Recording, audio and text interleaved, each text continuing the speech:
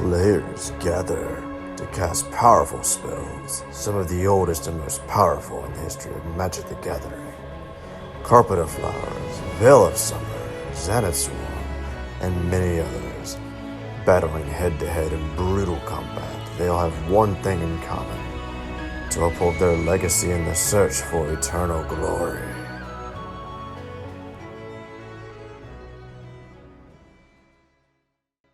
The Eternal Glory podcast is sponsored by Cardboard Live and TheEpicStorm.com.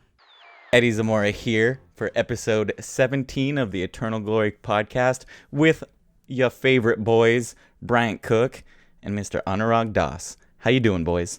Hey, Eddie. Thank you for being here. I'm doing great. How are you, Anurag? I'm chill. I'm chill AF. I'm so chill. Actually, I'm actually really cold because I'm in DC this week, and oh my goodness, I don't think I can ever move back to the East Coast. I don't know how you do it, Bryant, because it's like 50 degrees here, and I'm just like freezing my pants off. So, yeah, I literally am pretty chill. But otherwise, things are going pretty good. Eddie, how have you been? It's been a while since you've been here, right? When was the last time you were here? A while ago. Yeah. I want to say it was like episode 12. But I've missed it. I could I'm be glad wrong. to be back. Sad Wilson isn't here because he's the best. I mean, he's really good on the cast. And so, but I'm glad to fill his shoes. Listeners. For the listeners, Wilson's actually not here this week. He's busy with work, so it's going to be the three of us, and we're going to just sit back, relax. We're going to dive into this episode, and starting with the first bit, as we always do, the quick hits. So, off to start, I want to say thank you for your donations, Henrik Korkuk and Jordan Wood.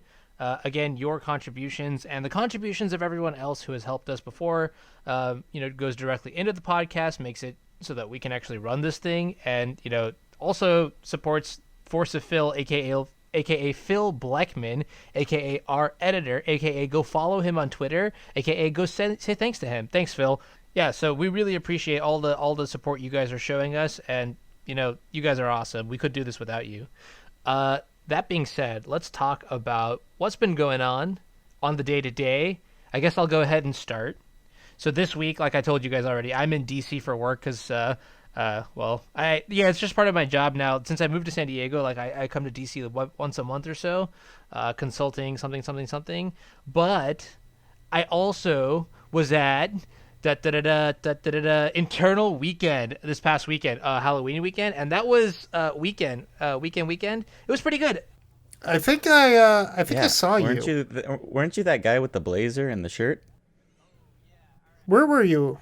Oh yeah, all right. Let's talk about Eternal Weekend, because I think it was one of my best, my like happiest Magic moments ever.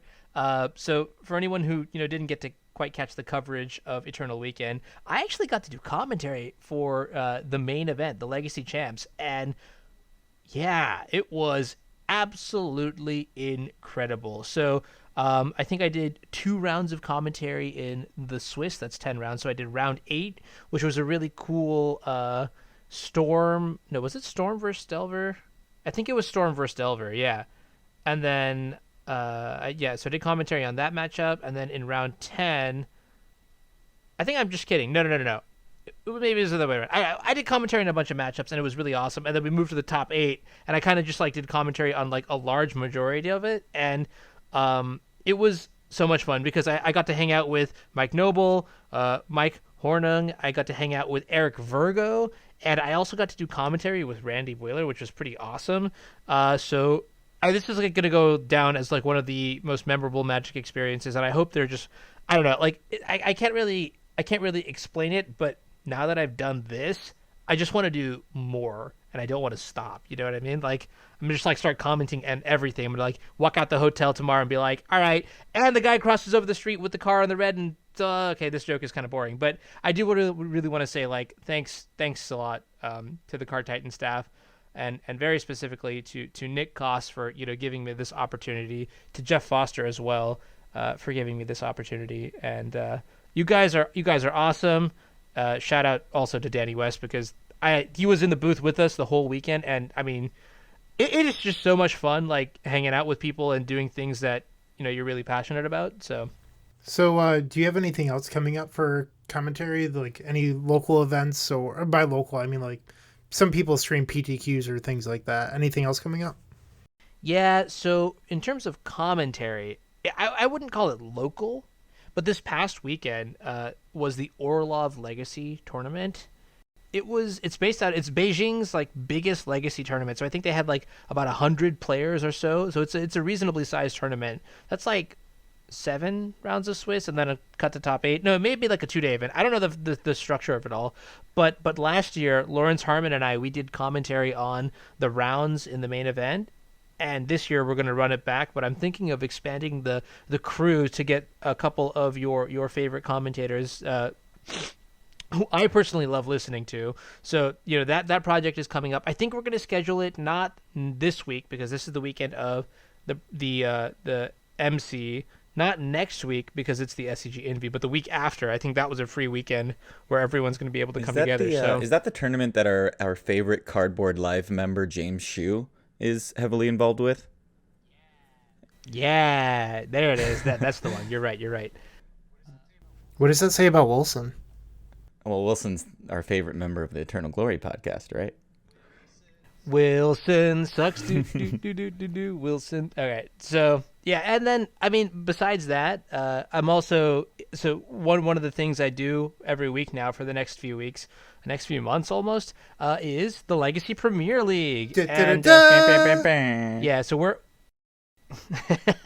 we're gonna do week 6 of the Legacy Premier League, and actually, Brian, you're playing this weekend, right? Or this week? I am, and I am not playing humans. Oh shit! Big mistake. Well, sorry, Big Eddie. mistake. You saw my play last Yeah. time. It was Yeah, not try great. not to think about it. so I guess let's get a sneak peek or a post peek. A I post guess. sneak peek. Yeah. So are you playing Test this weekend or something, or Dredge, or like you Miracles even? What are you playing? I am not playing any of those. I am playing Ad Nauseam Tendrils. Wait, what is that? It's the other Storm deck. What is it? Is it ABC Test, NBC Test? What do we call Well, that? I've been to the epicstorm.com a lot of times and have not read a single thing about another Storm deck. It mostly doesn't exist. But there's this guy who's very good with it, Daniel D'Amato, who did very, very well at Star City Games Philly, and then top 4 at Eternal Weekend.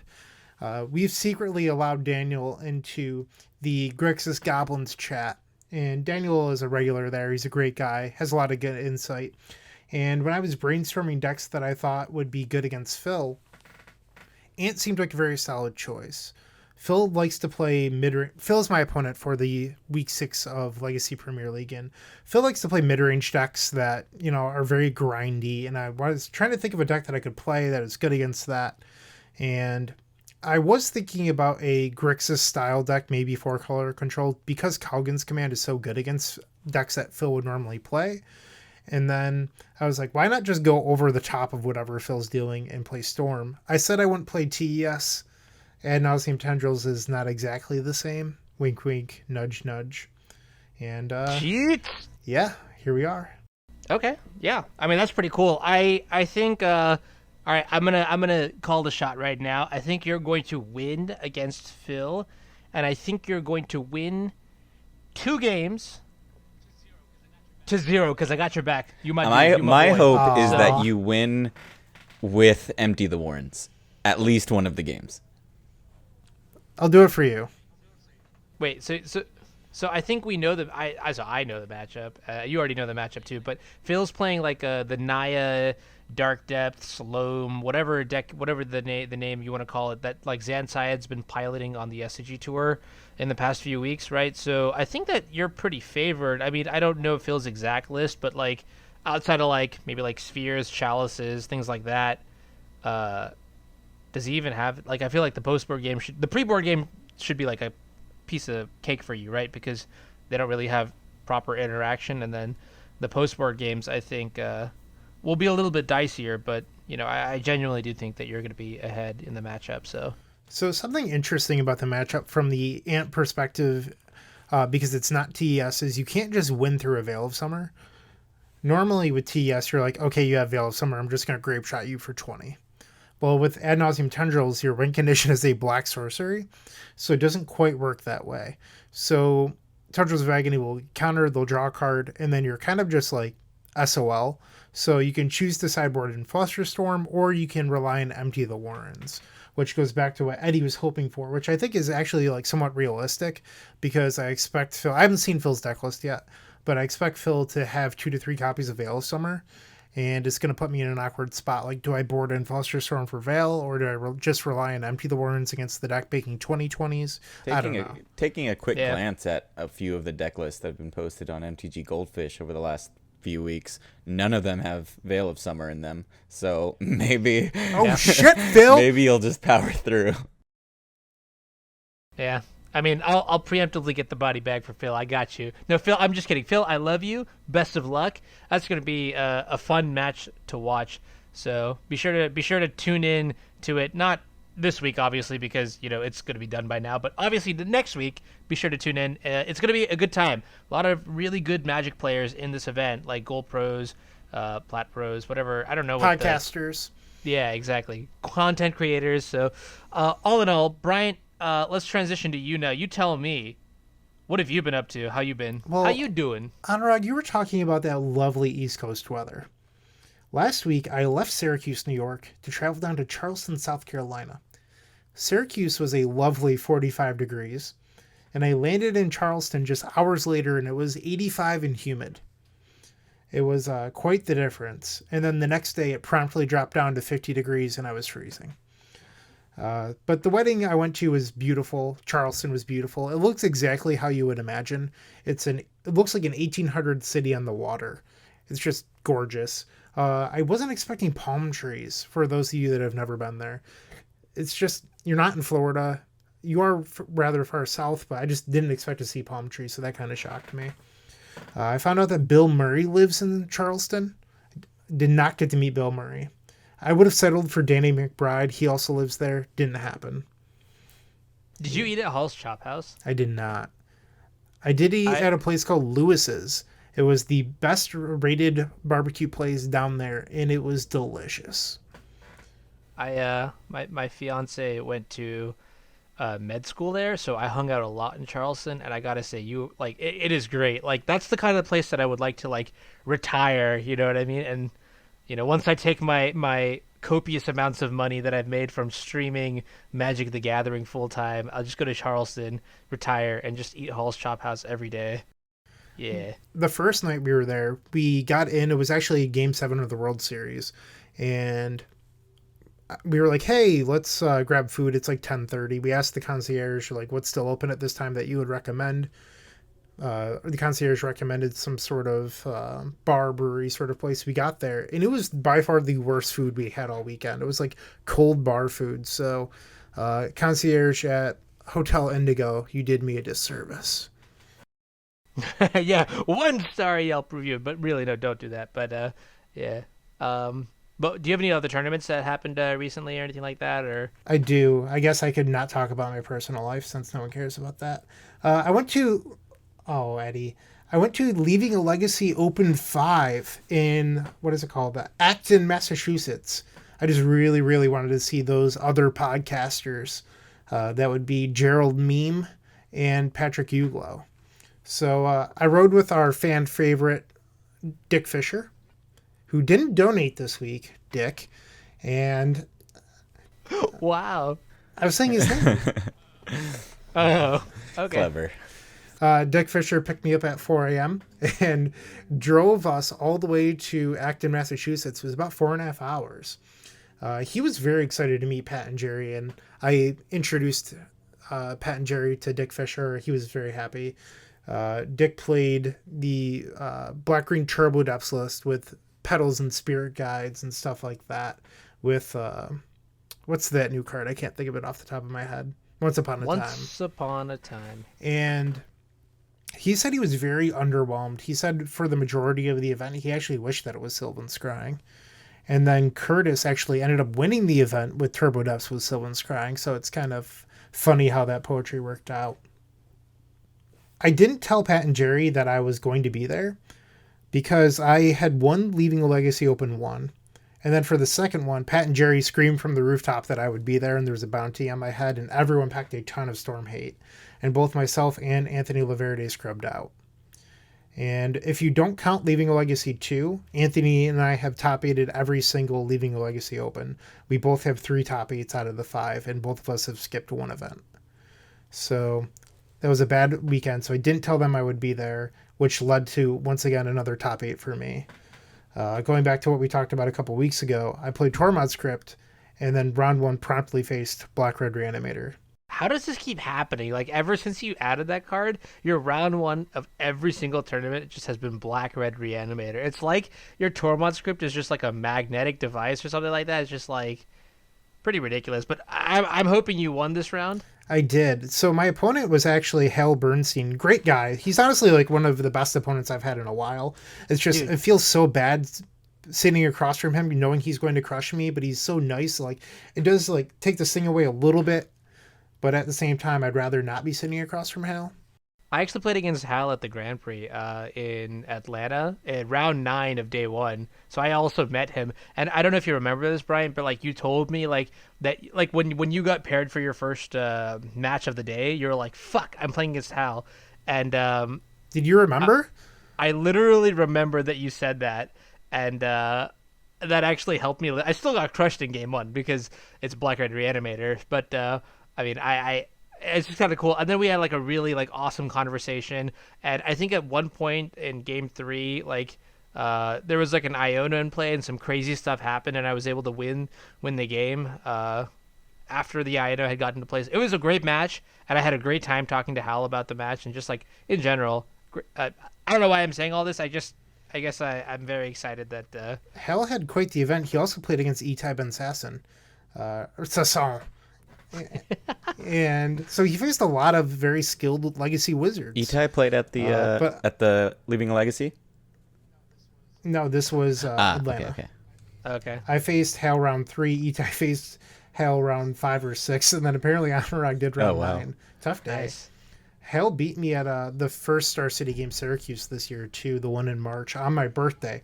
On my 30th birthday, Hal crushed my dreams round 2. Rude. Shame on you, Hal. Happy birthday to you. Here's a Gristlebrand. So I defeated Hal, and then I lost round like 6 to blue-green show and tell. And I'm an idiot. My opponent fetched up a Trop, and I was like, I wonder what the green's for. And I was like, is he playing Eureka's? And then he show and tell into Gristlebrand, allowed me to Tendrils my opponent for lethal, and then my opponent cast Veil of Summer main deck. And it just blew me out. I felt pretty embarrassed because if I had considered Veil of Summer, I could have Infernal Tutor for a Chrome Mox that I couldn't imprint, and then Grape Shotted for exactly lethal, but I couldn't pay for a Spell Pierce. So it was like a weird situation, but I could have done that and not lost the Veil of Summer. I don't know if that's better or worse. My opponent didn't tell me what else they had in hand, so the world may never know. But I got crushed. That's the tricky thing. Like, I would never play around like a main deck Veil of Summer in any shape or form in any world. I mean, if you think about it, it kind of makes sense, but yeah. I ended up asking my opponent before the top 8. I was like, I have to know, how many main deck Veil of Summers do you have? And then my opponent said 3, and my eyes bugged out of my head. I couldn't believe that 3 was the number. It's just a little bit narrow, but maybe that's fine in the current metagame where Turbo Depths or Golgari Depths and Rug Delver are the most popular decks. Well, I mean, like, what cards do you care about as the Eureka deck? Force of Will? Seas? Yeah, I can see that because the decks that aren't playing those cards, you're just going to resolve your show and tell. And then the ones where Veil of Summer matters, it really comes into play, like winning the game. Yeah. And then, like, Veil of Summer can do some weird stuff like stifle a Jace unsummon. You know, the weird corner case scenarios, but like I could see the card. Actually, it's funny that you mentioned that there were 3 main deck Veil of Summers because I played against Alurin at the Grand Prix. I don't know why I'm referencing this because like months old now, but the dude also had 3 main deck Veil of Summers, and I like freaked out when I heard that. I actually had to. Bob Wong told me to call a judge on the Alurin guy because he had like main deck Flusterstorm and Veil of Summer, and it was just like so whack. And then the judge was like, "You'll never believe." What you know what I mean, like some clickbait title. I was like, all right, well, Yeah. So I ended up losing in the top 8 to Rug Delver. But, like, so part of playing combo that sometimes isn't talked about enough is combo has a fail rate, and my draws just were awful. They just didn't come together, and sometimes that happens when you play combo decks. Everyone likes to talk about their turn 1 wins through force of will, and I had plenty of those on the day as well. But sometimes you just don't draw a business spell or you don't draw mana, and you just get crushed by a Tarmogoyf. But overall, yeah. I thought Pat, Jerry, and the people at Gaming, etc., did a very good job running the event. I am a little bit disappointed. The event was only 99 players, and they needed 100 to bump it up to a 3.5K. They generously bumped it up, but you'd think for an event that large, you would just get 100 players. So that was very kind of the people at Gaming, etc. But part of me, this is not a dig at you, Jerry. Part of me wonders if part of the reason the last few have had smaller attendance is due to the scheduling. The last one was the day of a Star City Legacy event in the Northeast, and this one was the weekend before Eternal Weekend. And I understand that there's a lot of events being scheduled and not a lot of open weekends, but next one's going to be on Easter. Is no, that true? I'm just that's when Niagara Falls was, so that's the joke. Okay. There. But I do know that a couple people in that area didn't go because they decided to work that weekend because they were going to Eternal Weekend the following weekend. So it's a possibility that more people didn't go because they had to pick and choose, and it happens. Yeah, no, scheduling is hard. Like, I wonder if, so like Eternal Weekend had maybe like 500 plus attendees for the Legacy main event, and I'm wondering if this was like in a different place, like closer to the Mythic Championship, or, you know, like on a different week, like right after the Star City Games Invitational, you know, like whether we would unlock like more attendees for the event. But no, I mean, I totally get it. Like, scheduling is hard, and I'm sure they took a lot of these things into consideration when they were planning and scripting. It's going to be very hard for me to make this happen, but I would really like to go to one of those events one day. I really like Pat and Jerry a lot. I've been on their cast before, and they're just like really, really nice guys. I mean, I'm on the West Coast, so it'll be really hard, but that'd be a fun experience to get out there and, you know, get to hang out with Bryant and Anthony Loverde and the bunch. Just a warning, the event site is nowhere near the airport. It was like a 50-minute Uber for me when I flew in for the third one. True. Yeah. Actually, I will also say it's probably cold as balls there right now, so I would most definitely not go to Acton, Massachusetts. I've been there before because Bobbert lives there. Yeah, exactly. Bobbert Huang. He grew up there, and it was very cold. One of the coldest places I've ever been. And not like 50 degrees cold. I mean, like I couldn't sleep at night because it was that cold. So going back to Eternal Weekend for a second, Anurag, do you remember, maybe this was 3 or 4 years ago, Eternal Extravaganza run by Michael Caffrey was run around the same time as the Leaving Legacy Open, where it was either the weekend before or after Eternal Weekend, and had very low attendance when Michael Caffrey put a lot of money and time.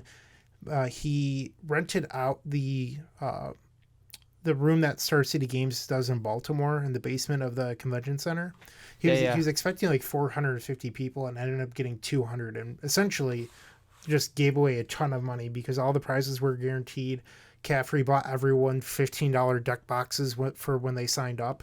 The deck boxes, I actually still use mine. I love them. They're the only deck boxes I use that Caffrey actually turned me on to using.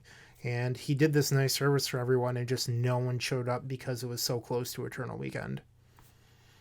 Yeah, I mean, I think times were like a little bit different back then too, right? Because I remember like especially after that event, people were like, "Oh no, Legacy is dying. This, that, this, that." Yeah, I don't know.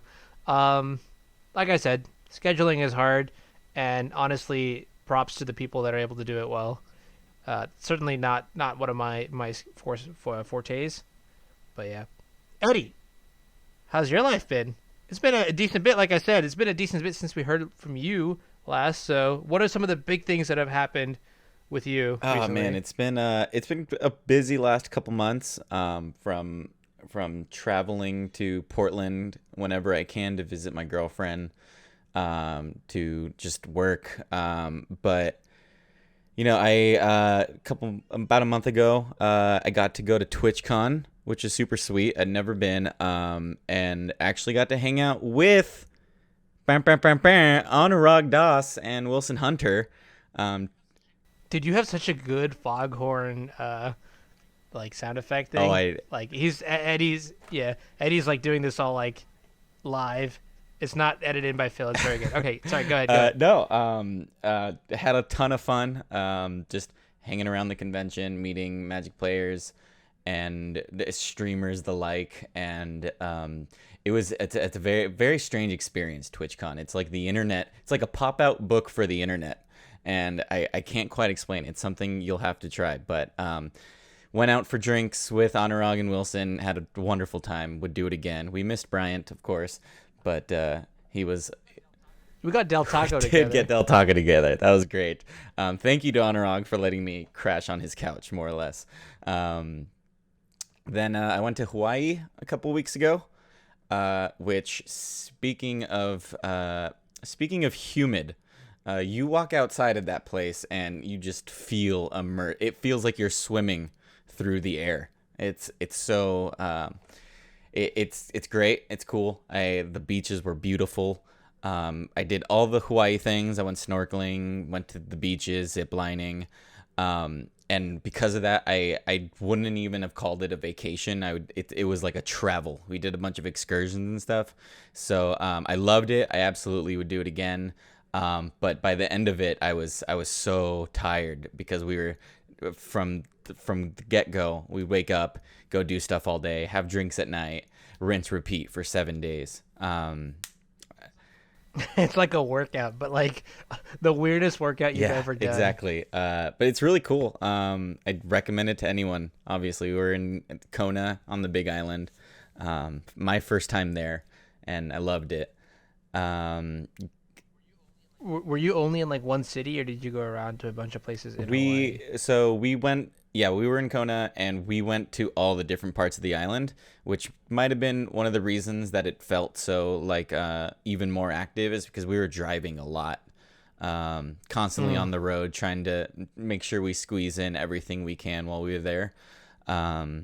Which again, I'm not complaining because I had a wonderful time. And saw a lot of cool stuff and did a lot of cool things. And those are the big things. Other than that, I've been playing a lot of Pioneer. Yeah, Pioneer. Can I tell you Please. a secret, Eddie? I don't tell this. Don't tell this to anyone. Brian, take your headset off just for a sec. I've been having a lot of fun playing Pioneer, and I don't know what it is about this format, but it's just got me hooked. And yeah, okay. The captain's log out. I'm out. I have the- Deuces. We're a Pioneer podcast. I have now. the What's Pika up? shock face right now. Just imagine that. Oh, goodness. That's me. Yeah, it's super fun. It's a really fun format. I've been playing Spirits in Pioneer, and it's kind of it's getting me refreshed. I was playing so much Legacy, a lot of humans, obviously, and the format has just been it's been a lot of Ren and Six, for lack of a better word. So I've needed kind of a break from that, and I've been playing Pioneer, but it's kind of, I can feel myself recharging. And today I was back to looking at my Legacy Humans list and starting to brew new cards. Gideon Blackblade, I'm coming for you. We're trying some hotness. I find something very funny about the Legacy craze for Pioneer recently, and it's that when you talk to most Legacy players, they just can't stand, they hate Modern. They're like, Modern's the enemy. I hate that format. It takes away from Legacy. They announced Pioneer, which is just like Modern having a child with Standard, and all of a sudden they're all in Okay, love. I have Like, a theory about this, and my theory is that Modern is so close to Legacy that it just feels like everything you're doing in Modern is watered down Legacy, whereas Pioneer is just different enough that you almost can't compare the two. I don't know if that makes sense.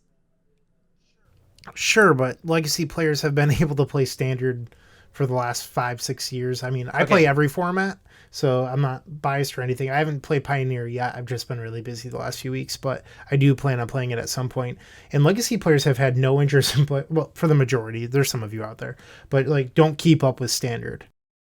I have another theory, and that's dig through time, baby. What's up? And wilderness reclamation. Like, what else do you want in life? I should just like. The reason that I'm playing Pioneer is because my wilderness reclamations can't get dazed, and or force a willed. I get to hit the F6 button, and then I get to just like take all the turns. So that's my answer for you. That's why Pioneer's. I'll see you in the 1-6 bracket. Oh, One thing I will say is that Pioneer has exposed me to Veil of Summer, and that card is fucked up, but in the best way. I've really enjoyed casting that card against Thoughtseize. Veil of Summer in Legacy is like, it's. I mean, I feel like every time. So I was thinking like Daniel D'Amato. I'm gonna just pick up his name again. But every time I have resolved Veil of Summer, that the cryptic command effect in Legacy is just so powerful that I just feel like I win the game on the spot. And in a deck like Storm that Daniel was playing all weekend, like I feel that ability is magnified just like by like 100 majillion trillion times. Like it's absolutely absurd how good that card is. I think it doesn't get nearly enough love, and I kind of get it. It a lot of decks really can't afford to Veil of Summer, but if you are playing green, please give it a shot because it's a good card. There's a reason it's like really, really expensive. Is it worse when you're untapping and cycling Lonely Sandbar? Okay. Damn. You're gonna hit me. You're gonna hit me in like. You're gonna hit me where it hurts. Look, Sandbar is good. I had the sickest game against ninjas at in an Eternal Weekend trial where like I look at my hand and it's like Mox Diamond, Flooded Strand, Red and 6, Force of Will, and like no other lands, and I'm like, all right, keep. And like I forget who it was, but my friend was like behind me, looking at me, and like as soon as I draw my card for the turn, it's a Lonely Sandbar, and I say, "Don't you dare say a thing," because like obviously I had to channel the power of Gosu for a second. I went Mox Diamond, pitch the Sandbar, play my Strand, Red and 6, tick back up, get my Lonely Sandbar, drawing cards like hashtag Dirtle Gang. That hurts my heart. Yeah. Rewarded, never punished, but yeah, good times, good stuff. Pioneer's a good format. I give you that. I mean, maybe it's just like it's like new and it's like shiny, but yeah, absolutely. I think that's part of it, but I'm having fun with it. Yeah, that's what I have for Pioneer. I'm sorry, Eddie. Please forgive it's okay. me. I was gonna mention Legacy next. So if you want to say something about Pioneer, I do. I think that part of it is people love solving puzzles or trying to figure things out. And I have a feeling that once Pioneer is slightly solved, you're going to see a lot of people drift away from the format. Once it becomes like black-green versus Marvel versus whatever. I'm just picking up decks here. Maybe it's still the ramp deck that's very popular. But maybe like once it's down to 3 or 4 decks that are tier 1, I think you're going to see a lot of people realize that their brews aren't competitive anymore, and they're going to slowly drift away and go back to Modern or Legacy or Standard or whatever their thing is. Yeah, we'll see. I think the format is being solved extremely quickly because you had a lot of, prominent players just trying to figure everything out right away. But I guess that's just something we'll see as time comes. But in moving back to the Legacy vibe, I played a league for the first time ever with none other than the Epic Storm. Woo! I have been going back and forth with Anthony Laverde about playing this deck. He played a league with humans, and I've been telling him I would play a league with the Epic Storm, and I finally did. He let me borrow the deck. Thank you so much, Anthony. And let me tell you, I suck at the Epic Storm. It was fun. I want to do it again. There are just numbers are hard, man. Like, Dude, who would have thought counting to like 20 or whatever the number you want to get to? Like, I was playing with Anthony once. We Skyped a league together, and like the kind of things he was saying to me, he was just like, "All right, we're playing against Delver, turn 2. Don't play your land yet. Play the Brainstorm." And I was like, "Why?" He's like, "You'll see. Play the Brainstorm." I was like, "All right, fine." So I play the Brainstorm. My opponent dazes the Brainstorm, and then we go Lotus Petal, Rite of Flame, you're dead. I was just like, what? How did you do this? There were so many moments where I was just, sitting there and looking at the cards in my hand, and I felt it in my heart. I felt I can win here. With these cards, I can win. But my brain did not apply, and I just okay, pass the turn. Let's draw another card, see what happens. Story of my life. Well, humans and TS are actually very similar. Grixis Goblins is an aggro deck, and so is humans. So you just put creatures on the table and then you attack. That's true. But I went 1-4. Not great at all, but I won one match. I was happy with that. Killed someone with Grape Shot. I thought you'd be very proud of me, Bryant. After they had Veiled of Summer. Actually, it was great. They Veiled of Summer in response to something, and I was like, okay, find the Grape Shot, kill you. Felt good. But yeah, I hope to play the deck some more. I'll give it a try. Hopefully, maybe get some pro tips from our boys, Bryant and Anthony. And yeah. And I also want to say, you guys have conditioned me, your podcast. Every time I listen to Mr. Blue Sky by ELO, after the intro comes in, 100% of the time expect Anurag to say, "Yo, what up, fam?" And it gets me every single time. Yeah, but that's me. That's me right now. Awesome, cool. All right, so looks like the next segment that we've got today is feedback, and we only have one comment. So for the next episode, anybody who's listening to this, give us what you got. I mean, we're about to say some pretty controversial stuff this episode, so I'm pretty sure naturally we're going to be hearing a lot of stuff here. But from J Osu, or is that OSU? J Osu, Reddit user, love the cast. Glad Brian can sometimes keep Anurag in check. LOL. I feel like the energy level of the two even each other out.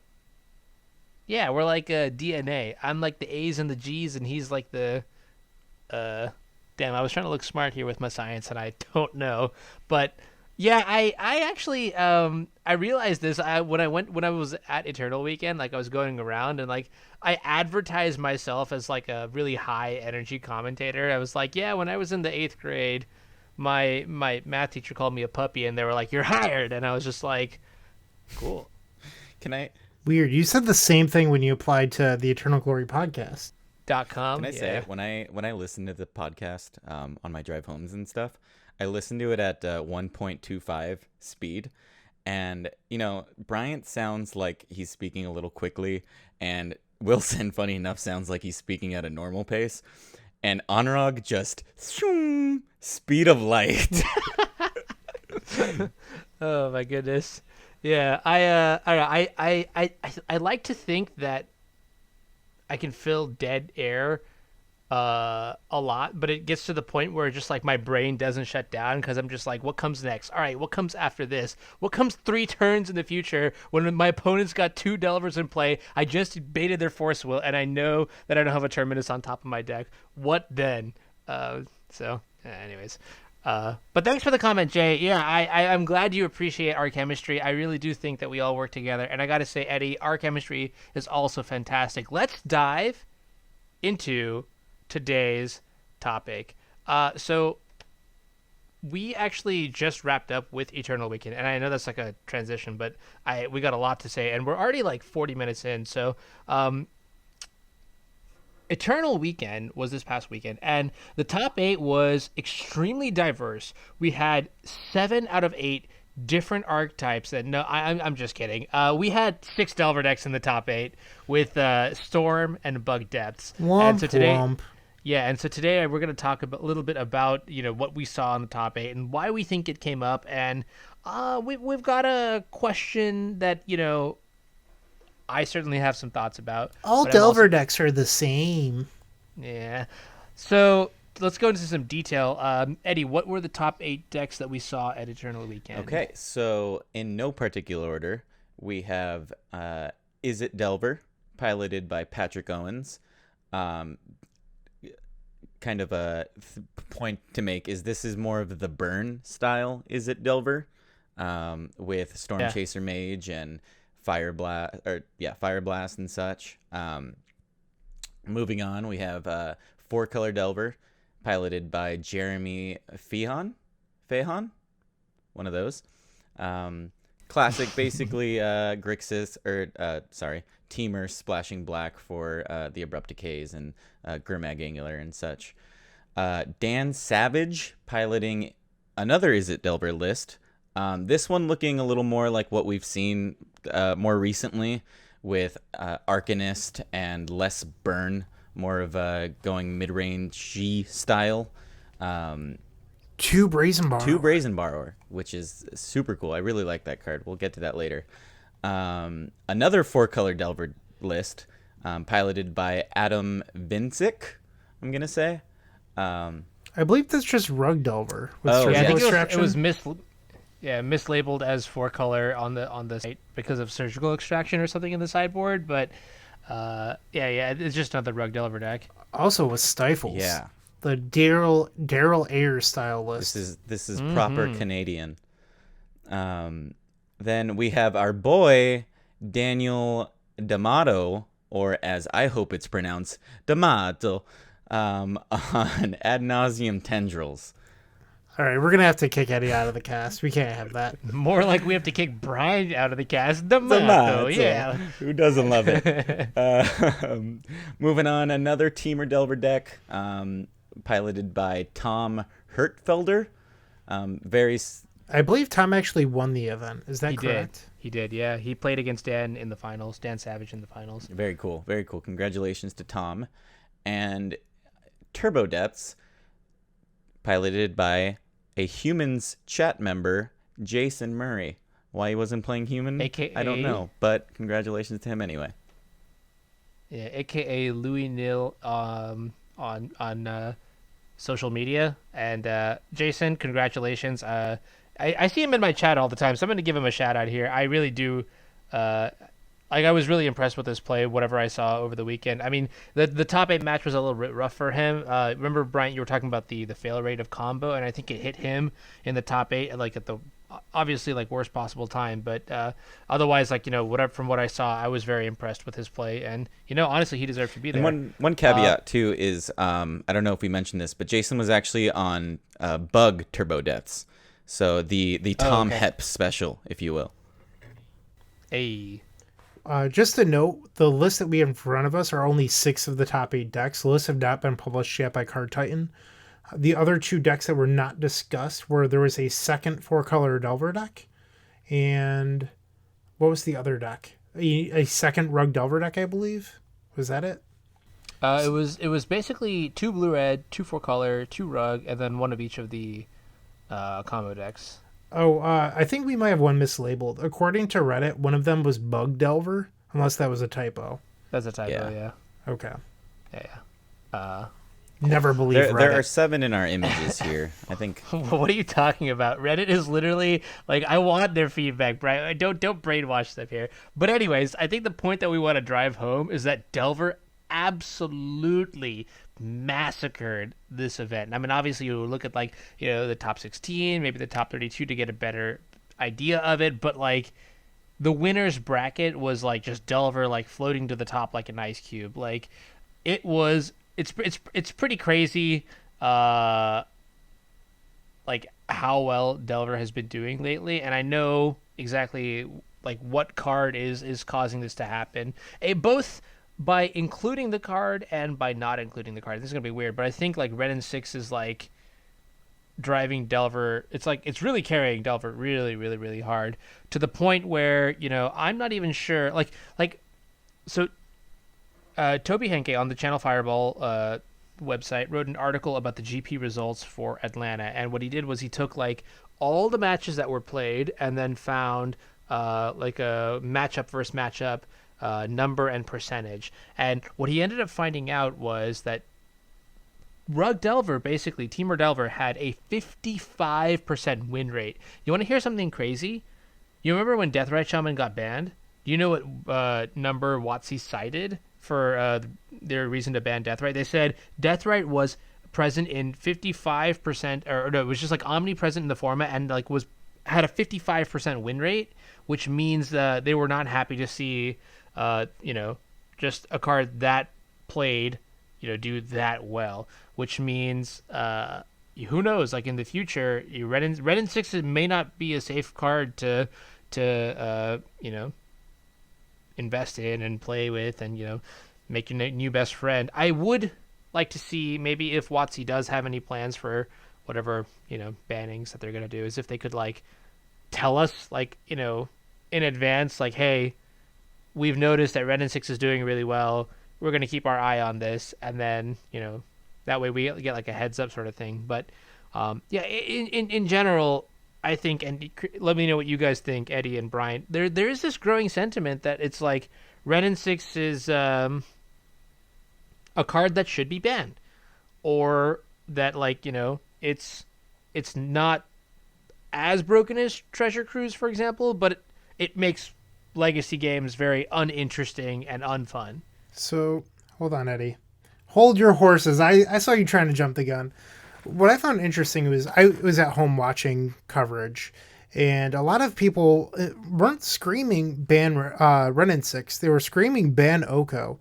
And I've seen a similar sentiments in other places, Facebook groups and other various websites. Oko was in one of these Delver lists. I think people are assuming that there's more of them. I know that there was 2 decks playing Oko in the Legacy Challenge this week that made top 8, but the numbers just aren't there compared to Ren and 6. And Ren and 6, I think, is a little more subtle than Deathrite Shaman or Treasure Cruise. It doesn't seem like you're losing the game the second it resolves like you would Deathrite Shaman or Treasure Cruise, because you see a more immediate impact with those cards. Ren and 6 is a card that rewards you for playing a longer game, and these Delver decks traditionally had a very poor long game, and now Ren and 6 has made their late game incredibly powerful to the point where they've essentially pushed Miracles out of the metagame. And you see very little 4-color control now because the Delver decks have the early game and the late game covered. Quick correction. And I think Oko that's was what's actually pushing in them. 3 of the top 8 lists. 2 of them were in the sideboard, but regardless. I'm sorry. Okay, so there's some sideboard Okos. Thank you, Eddie. But there's very little reason to play 4-color or Miracles now, or even Stoneblade, when your Delver deck is doing everything. And I think that's where we're seeing the 55% against the field. And that's counting players that may not be the most skilled, but they're just playing the best deck in the format. And then if you count the skilled players, the ones making top 8, they're probably running around 70 to 72% because they know what they're doing. They're playing the best deck with the most powerful cards. And the cream of the crop really rises, and that's why we're seeing 6 out of the 8 Delver decks in the top 8 of Eternal Weekend. Yeah, it's funny that this comes up because I was hanging out with Max Gilmore, who happens to be a good friend of mine, over the weekend, and we were talking about this exact thing and about Ren and 6 and kind of its effect on the format. And what we basically boiled it down to was Ren and 6, I think, would be fine if it only applied to the decks that it was, designed for. The lands, the loams, those style of decks. Once you put it into a hyper efficient shell like a Delver deck, it just adds so many more layers of longevity, of kind of locking out your opponent that Delver just historically didn't have access to, right? Mm-hmm. Yeah, I mean, the way I look at it is the one thing that we have going for us against Delver is that it doesn't have card advantage, right? Like on turn 10, they top deck that Daze, and it's detrimental because they can't afford to top deck that Daze, right? But now it's just like on turn like 10 or whatever, they're drawing multiple cards a turn, whether it be a land. I mean, however you want to Which phrase probably it, like not, because they've already taken them all out for what it's worth. Yeah. Or they're like cycling like waterlogged groves or fiery islets, or like they've just ultimated the planeswalker or something like that.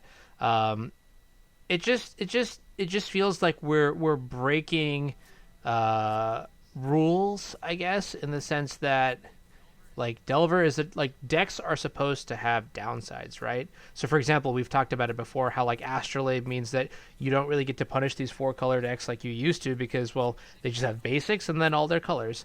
But here I'm thinking like the same thing applies to Delver, because well, they're supposed to like fall off in the late game, or at least that was what was so beautiful about the deck, right? Or at least the just like playing against the deck is that like they had a really good early game, but then the longer you were able to stall the game out, the the more of a chance you had to come back in, and I feel like that's just not the case. Yeah. As much anymore. Yeah. One thing I'll say too is it also gives Delver this deterministic kill almost to it, where it almost gives Delver a turn 2 or 3 lock that Delver never had before, right? Delver could stifle and wasteland you out of the game before, while holding up counter magic and such, but there was always hope that you could draw more lands and kind of dig your way out of it, versus Wrenn 6 kind of just takes that all away. It did feel a little similar during the Deathrite era, though. If your opponent was ever on the play, went turn 1 Deathrite into turn 2 Leovold or True Name, those games felt very similar, where you're like, okay, I lost this game. I'm on the draw. My opponent went Deathrite into a 3-mana threat. And then you were just in such a hole that you felt like you could never get out. And I think Wrenn 6 is somewhat similar, but it often... It depends on if it's backed by a wasteland or a waterlogged grove or something like that. If it's a fetch land, it's still very good, but it's not as punishing as the other two. Yeah. I think, okay, so here's where I want to go with this. There's a couple directions I want to go, because I want to tie this back to the topic that we're talking about. But the first idea is that I think one of the reasons why Wrenn 6 is so powerful is just that it's kind of like what you're saying, Eddie, right? Like it's succeeding in these decks, these hyper efficient decks that like they don't really care what Wrenn 6 is. It's just like it's a powerful threat, obviously, but like the rest of their deck is also so good that it just makes their Wrenn 6s better than anybody else's Wrenn 6s. And so then the question is like, well, okay, they get a Wrenn 6 into play, like just kill it, right? Like just answer the Wrenn 6. And I think that's another thing that's just like so tricky about this card, is just that there's not really any good way to answer it, right? Like you think about some of the most commonly played answers to Planeswalkers. Like I can think of like, yeah, I mean, like if you look at some of the answers that you have for Planeswalkers nowadays, it's like you've got Pyroblast for Oko, like you've got maybe Abrupt Decay for Wrenn 6, but these cards are not like good answers, right? Like Pyroblast doesn't kill a Wrenn 6. Oko puts you into black and green colors. I guess the point that I'm trying to make is that like the answers for Planeswalkers has not aged nearly as well as the Planeswalkers themselves, and so that's why people are saying like get rid of this card, because there's just no real efficient way to answer it. I mean, like you could argue, hey, I've got a creature, I can turn it sideways, but like your opponent's going to be min-maxing. They're going to block your Tarmogoyf with their Tarmogoyf, that kind of thing. I saw a couple of things on Reddit that I actually really liked regarding making Planeswalkers worse, so that way they're not so dominant. Uh-huh. And it goes back to the rules change from like 6 months ago, where they took away like Smash to Smithereens, dealing damage to Planeswalkers, and Death Touch should kill Planeswalkers. I think those are both fixes that would make these cards like Oko and Wrenn 6 not as bad. Wait, Death Touch kills Planeswalkers? No, it should. So one thing, Eddie, that you brought up that was really interesting was that Wrenn 6 is really just being abused in these hyper-efficient shells. Like this Delver deck that has like Daze and Force of Will, and that increases the power of Wrenn 6. It makes their Wrenn 6s better than every other Wrenn 6, and like, I don't know, you're just able to leverage the card so much more better, I guess. And, I mean, the easy answer is just like, the easy cop-out is just to say, well, just kill the Wrenn 6, like... you could if it's so powerful of a card, just focus on beating it. But I think that is in and of itself the problem, is that there's really like not a good way to do that. There's not good planeswalker removal, right? Like the planeswalkers have definitely scaled in power, like especially this year, where Red and 6 is the kind of card that's just like immune to a lot, right? Lightning Bolt does not interact with it very profitably. Abrupt Decay is like, it's just a very mana intensive card and locks you into like certain decks, forces certain play patterns rather. Council's Judgment is the best white removal for it, which is honestly just kind of unacceptable because you're trading down on mana. All in all, what I'm trying to say is this, like, Red and 6 is a good card or is a much better card because there just aren't good answers for the card. Plain and simple, right? The planeswalkers that we've got this year have scaled in power, but the answers to planeswalkers have not scaled in power to the same degree that the planeswalkers have gotten better. So there's definitely like a desync, a mismatch there, and I think. Well, everyone also quit playing Magmatic Sinkhole, which is a very effective way to answer planeswalkers, in my opinion. Like 5 damage up front is quite a bit. Yes and no. I mean, that handles Ren and 6 when it first comes out, but if more people are playing Oko, that doesn't even deal with an Oko as soon as it comes out. Oko ticks up to 6. Yeah, I was gonna say, like, Magmatic Sinkhole is exactly the kind of like symptomatic card that WotC has printed, and I think it's like cool that they're doing these kind of things, but I just don't think it really solves the problem. They need to play, because like there are multiple reasons, right? You play Red and 6, you play your Oko, you tick up. With Red and 6, you get a card back. So if they get Sinkhole, then you're down a card. Well, they're never going to print cheap planeswalker removal that nets you a card. Like, people want that. It's never going to exist. And I'm saying it really should happen. It should, and it's almost agree. At this point like they're coming out with the removal for it, but then the next set coming out with a new planeswalker that just ignores that removal. Like it's almost like they're almost telling us like, oh, look at this new removal spell, but then saying like, oh, but it doesn't matter because we had to make this new cool planeswalker that we want to promote not get stopped by that removal spell.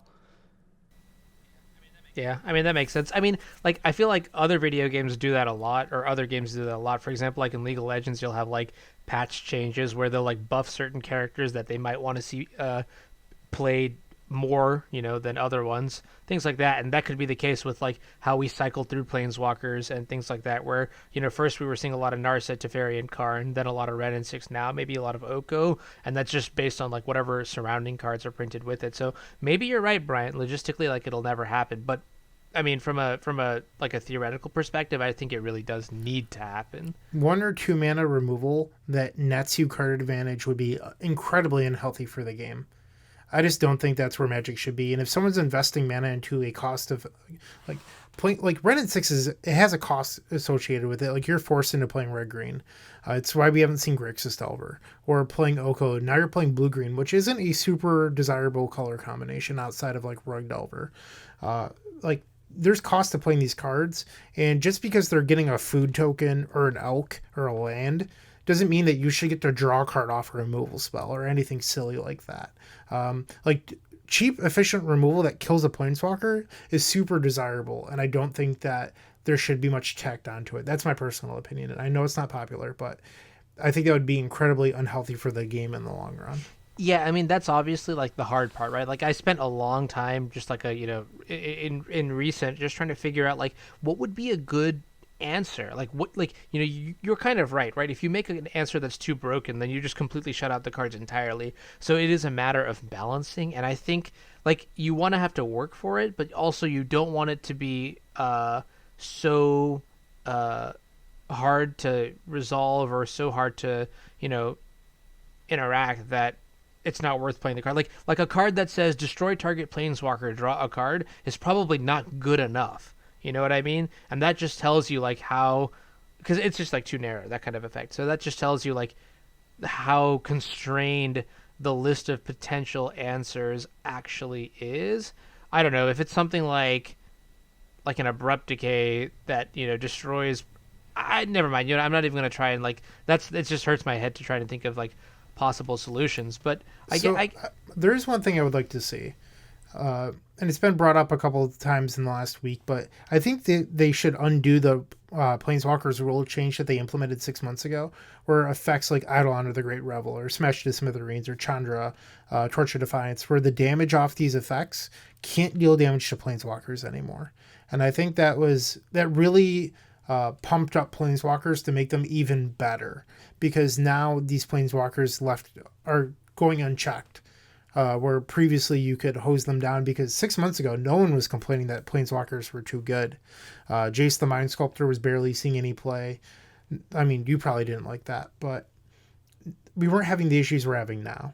And something I've seen that I actually really like, and I wouldn't have thought of this on my own, but creatures with Death Touch killing Planeswalkers if they hit them. So there's the Curd Ape with Revolt, for example. It becomes a 2/3 Death Touch for a green. So you could play a turn 1 Curd Ape that has Death Touch. So that immediately kills Ren and 6. That card would be incredibly good. Where right now it's Yeah, laughable. I think I honestly think the conversation of how we could fix Planeswalkers, how Planeswalkers have affected the format and stuff could be like its own episode of a podcast. There's so much to talk about. Like Alan Wu recently had a tweet saying like, why can't we change Planeswalkers that we can direct the damage the creatures deal after blockers have been assigned or something like that. That's kind of one way to approach it. There are so many ways you can take it, but it has, I would say, more or less negatively affected Legacy. I'm also very biased because I play X1 creatures that just die to Ren and 6, but No, I don't think you're not alone in this, right? Because like if there is an example that should just be very clear cut and sort of prove this point, like just look at me. I used to play blue-white. I used to play Swords to Plowshares and Terminus, and now I'm just like I literally played 11 Planeswalkers in my Eternal Weekend deck because I just think that there's not much reason to be doing anything else because these Planeswalkers are just too strong. I'm going to use this opportunity to transition to the other soft answer to Planeswalkers that we have in the format right now, which is kind of just to like ignore them. You know what I mean? All right, you play a turn 2 Ren and 6, I play a turn 2 Merit Lodge. Enjoy. You play a turn 3 Oko, I play a Dark Ritual into Tendrils of Agony. You're dead. And I think that's kind of just like, it's definitely like one of the more drastic answers, but if I have to be completely honest, that's like probably the best answer that we've got so far. And sort of going all the way around back to the circle, I think we see a lot of that in the top 8 lists of the Eternal Weekend NA champs. So I think we should start with Blue-Red Delver. And this one should be pretty easy, right? Like if you look at the deck list, the first thing you should notice is that Blue-Red Delver is both of the lists that top 8'd are very immune to Ren and 6, right? And the first thing about them is that they just have a lot of basics. 3 basics in Dan's list, 4 basics in Patrick's list. Wasteland Recursion be damned. I'm going to get my mana into play, and I'm going to cast my spells. And then the other thing that I noticed about the blue-red list is that the creatures, not all the creatures die to the -1. Most of them are pretty resilient. Yeah, that's what I was. That's what I was going to say about Patrick Owen's list. The only creature that cares about Ren and 6 in his deck is Delver of Secrets. Yeah. Which I think is such a good way to attack that game plan. Yeah. And we're also seeing a very spicy card that I haven't personally seen in about 2 years. Storm Chaser Mage. That card has a very fat butt. Yeah. I mean, especially since like Gataxian Probe got banned, the efficiency of Storm Chaser Mage also kind of just like went down the toilet with the probe. Yeah, I mean, it's cool to see that Patrick has sort of like brought this back. I do know Patrick, he is a very burn, well, my experiences with Patrick have been very burn oriented, very specifically, like, I think he top 8'd Eternal Extravaganza 7 with just like straight burn. And then when I talked to him at the event, he was just like, yeah, I put Delver and all these other creatures in the deck because burn sometimes has a fail rate. The margins are really close. Like if you draw 1 extra land, you die. But you know what does a really good Chain Lightning impression? I'll give you a hint. It's Delver of Secrets.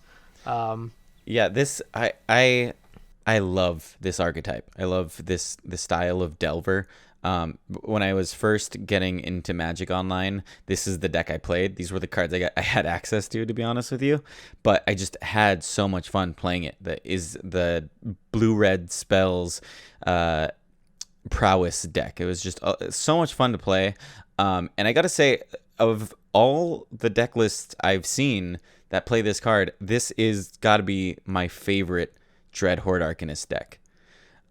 Between, something like 10 to 12 cantrips, and Lightning Bolt plus Chain Lightning, it just it gives that card so many options, from finding and drawing more cards to just dead out killing your opponent, which I think is what really, really, really makes that card so efficient. Yeah. Yeah. And I mean, if you look at, okay, so like, yes, Patrick's list has some very resilient creatures in the frame of red and 6. But also, I would make an argument that the creatures in Dan's deck, Dan Savage's deck, I just love saying his name, by the way, are also really, I mean, they're reasonably resilient, right? So Dan had like 2 copies of Young Pyromancer, which I think that's not really where you want to be. But when you pair that with Stifle to maybe, Stifle a red and 6 activation, suddenly this Pyromancer looks really good because you can kill a red and 6. And even Brazen Borrower, which is a 3/1, which would normally die to red and 6. I would make the argument that Brazen Borrower isn't even that bad just by virtue of it having Flash. You use the first half to bounce the red and 6, and then you run it back. You put the 3/1 into play on their end step, and if you have any pressure, even one lightning bolt, then you're in a pretty good spot. So Flash is kind of cool. Yeah, it also gives one of the problems that blue-red decks had in the past is main deck answers to Merit Lodge, where Brazen Borrow just solves that in one card. Yeah, it's extremely, extremely option rich, and I really, really like cards that have just like lots of like random, like you can do this or you can do that, like just options. Accessibility to plays is like one of the things that I look for the most in Magic cards. I think that's why Planeswalkers are especially powerful, is because they can do one of multiple things in a turn. So you can basically complicate and choose your own path on how you want to win games. And so these cards, they kind of do that. And that's pretty cool. But I will say that, like, I think it's especially important for that these blue-red Delver decks are somewhat immune to red and 6. Mostly because of the dynamic that red and 6 creates, like the sub games that it creates in mirror matches, and just like in general. I've heard from basically a large portion of the Delver players that I track or talk to Magic about, whatever, that I trust, that red and 6 just makes these mirrors absolutely miserable, right? Like, imagine a scenario where like you're on the play, or you're on the draw, you play your Delver, and then your opponent goes, all right, red and 6, days backup, kill your Delver, nice game, that kind of thing. Like, or like it's one person has a red and 6, and then they find a wasteland, and then the game is suddenly over with such little effort. Like, these kind of situations, these kind of scenarios are just so, I don't know, they're not interactive. You know what I mean? I would say that's even reminiscent of the Deathrite Shaman era, right? Where it always seemed like the creature who had that active Deathrite Shaman was just so much further ahead.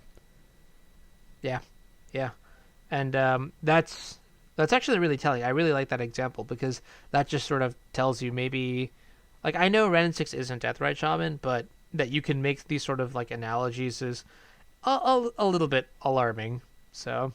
Yeah, I don't know. Being immune to red and 6 is really good, and I think that the blue-red Delver decks have minimized the impact of red and 6.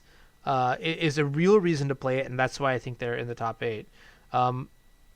Couple cards that I want to talk about in these decks. So we've kind of already mentioned them briefly, but I think Stifle is a big one. Brian, we did talk about Stifle in the last episode, right? In Daryl Ayer's variation of Rug Delver. Okay, so maybe just refresh my memory. What are some of the reasons that Stifle, is good right now, because I kind of get the feeling that it's not as ridiculous as it used to be to play Stifle. Yeah, walk me through it. Well, a couple months ago, there was a list floating around NBC Delver, and that put the impression in people's minds that Stifle wasn't a good card. Daryl Ayers decided that wasn't true, top aided a PTQ at GP Atlanta, Magic Fest Atlanta, whatever you'd like to call it. And since then, Stifle has been picking up numbers. And in the last episode, we talked about how when the card is not expected, it becomes a lot better. And I think we're actually at the point in time where people are expecting Stifle again. When I was at the Leaving Legacy Open, a lot of people were playing around Stifle and respecting Stifle again. And that's when Stifle starts to lose value. And especially after Eternal Weekend, I think that with multiple Stifle Delvers being in top 8, it's going to get played around more often. And we're going to see Stifle maybe go on the downtick a little bit. Just because if people are playing around it, you're not going to get you're not going to get the blowouts. One of my favorite things to say involving Magic and Stifle specifically is Stifle is good when it's bad and bad when it's good.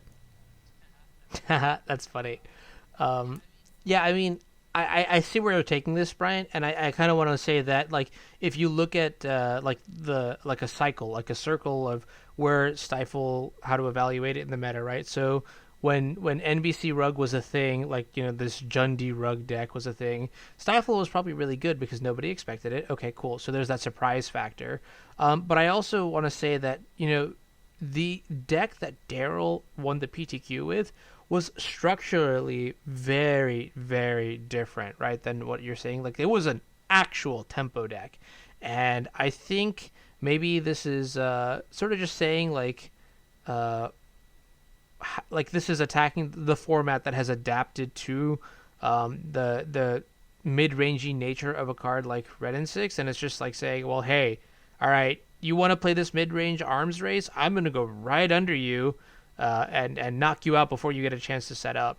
I mean, Stifle, obviously, like, it has some really cool interactions, like, I don't know, well, turn 1, Stifle your fetch land, you don't get to play Magic. Or, I don't know, just like, I was playing this weekend and, like, Stifle, like, almost stopped my Red and 6 Planeswalker Ultimate.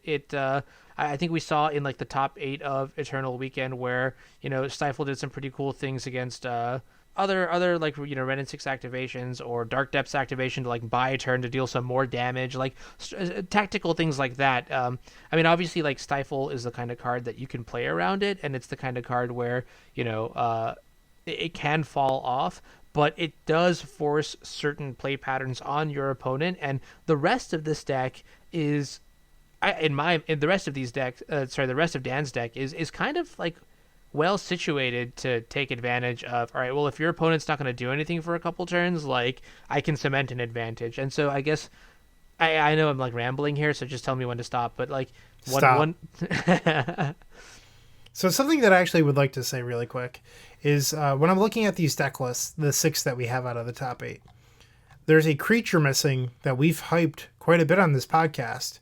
And I think it's missing because of Renin 6, and that would be Hex Drinker. It's not in a single Delver list that is in the top 8. And that's kind of alarming because a month ago, Hex Drinker was on the upswing. We were seeing 2 copies in almost every single Rug Delver list that we saw. Some people were talking about playing 3.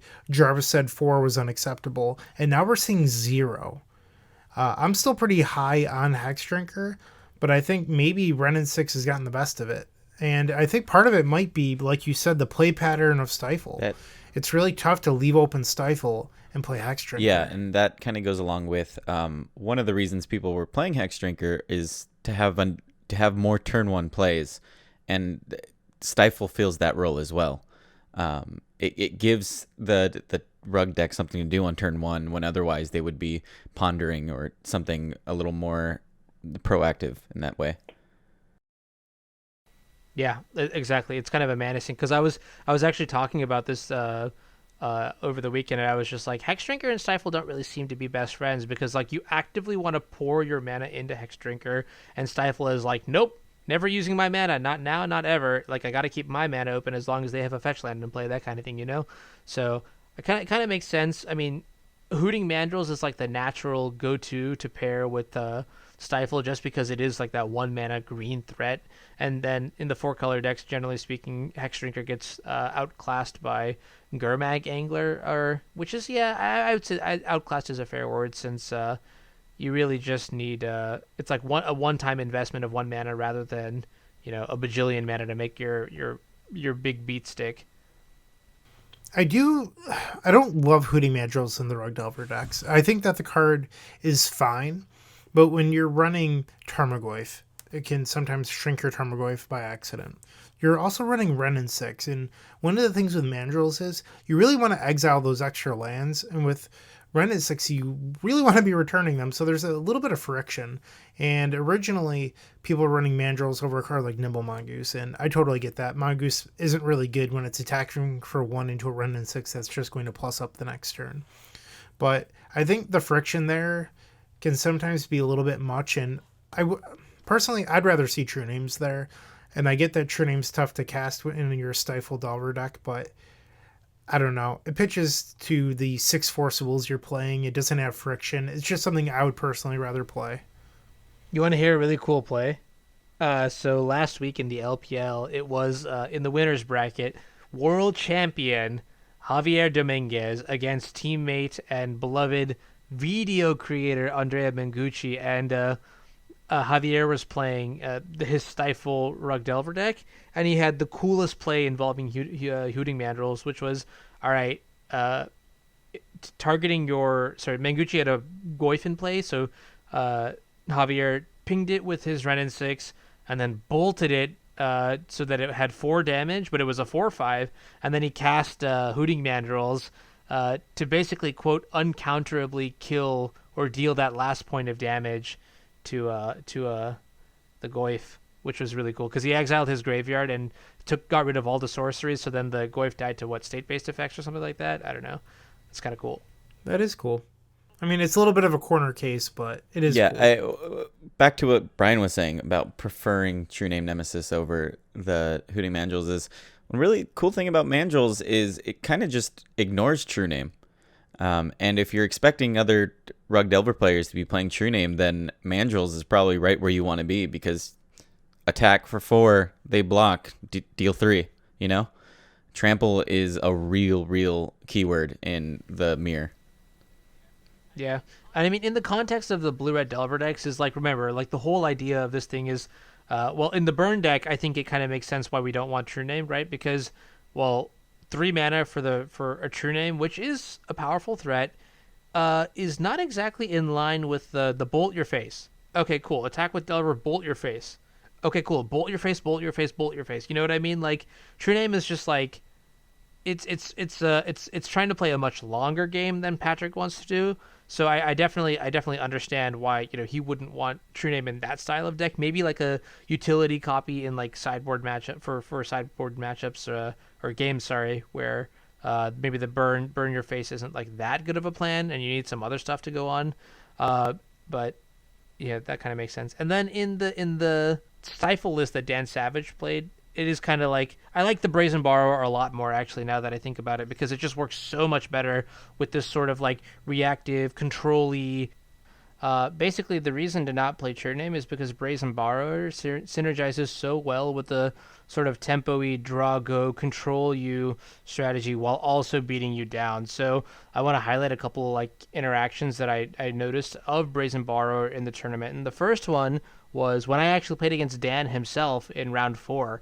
I had a Wrenn and 6 in play, and it kept ticking up, and then when I ticked it up to 7, you know what happened? It got bounced back to my hand, so I couldn't even ultimate it the next turn, and that actually gave Dan time to draw into a Stifle that he was sandbagging for when I would ultimate the Wrenn and 6. So that was kind of a very powerful time-buying opportunity, while also, sort of, I don't know, it's just a versatile control-ish play that I think was super cool. But more powerful than that was in the Is It Delver versus Teamer Delver matchup in the top 8, where Dan actually completely humiliated Tarmogoyf with Brazen Borrower. So he had a Dreadhorde Arcanist that he was using to take over the game. buying back Brainstorms and Ponders, and he was, his opponent puts a Tarmogoyf into play, and Dan's just like, okay, yeah, that resolves. End of turn, bounce it back to your hand. All right, you play it again. All right, cool. Flash in my 3/1, attack over it so that, your Tarmogoyf is basically doing nothing. Okay, bounce it again with this other one. Like, I don't know. It was very impressive, and I definitely see, like, how it sort of fills the gaps in this stifle-oriented deck just by virtue of it being an instant speed spell.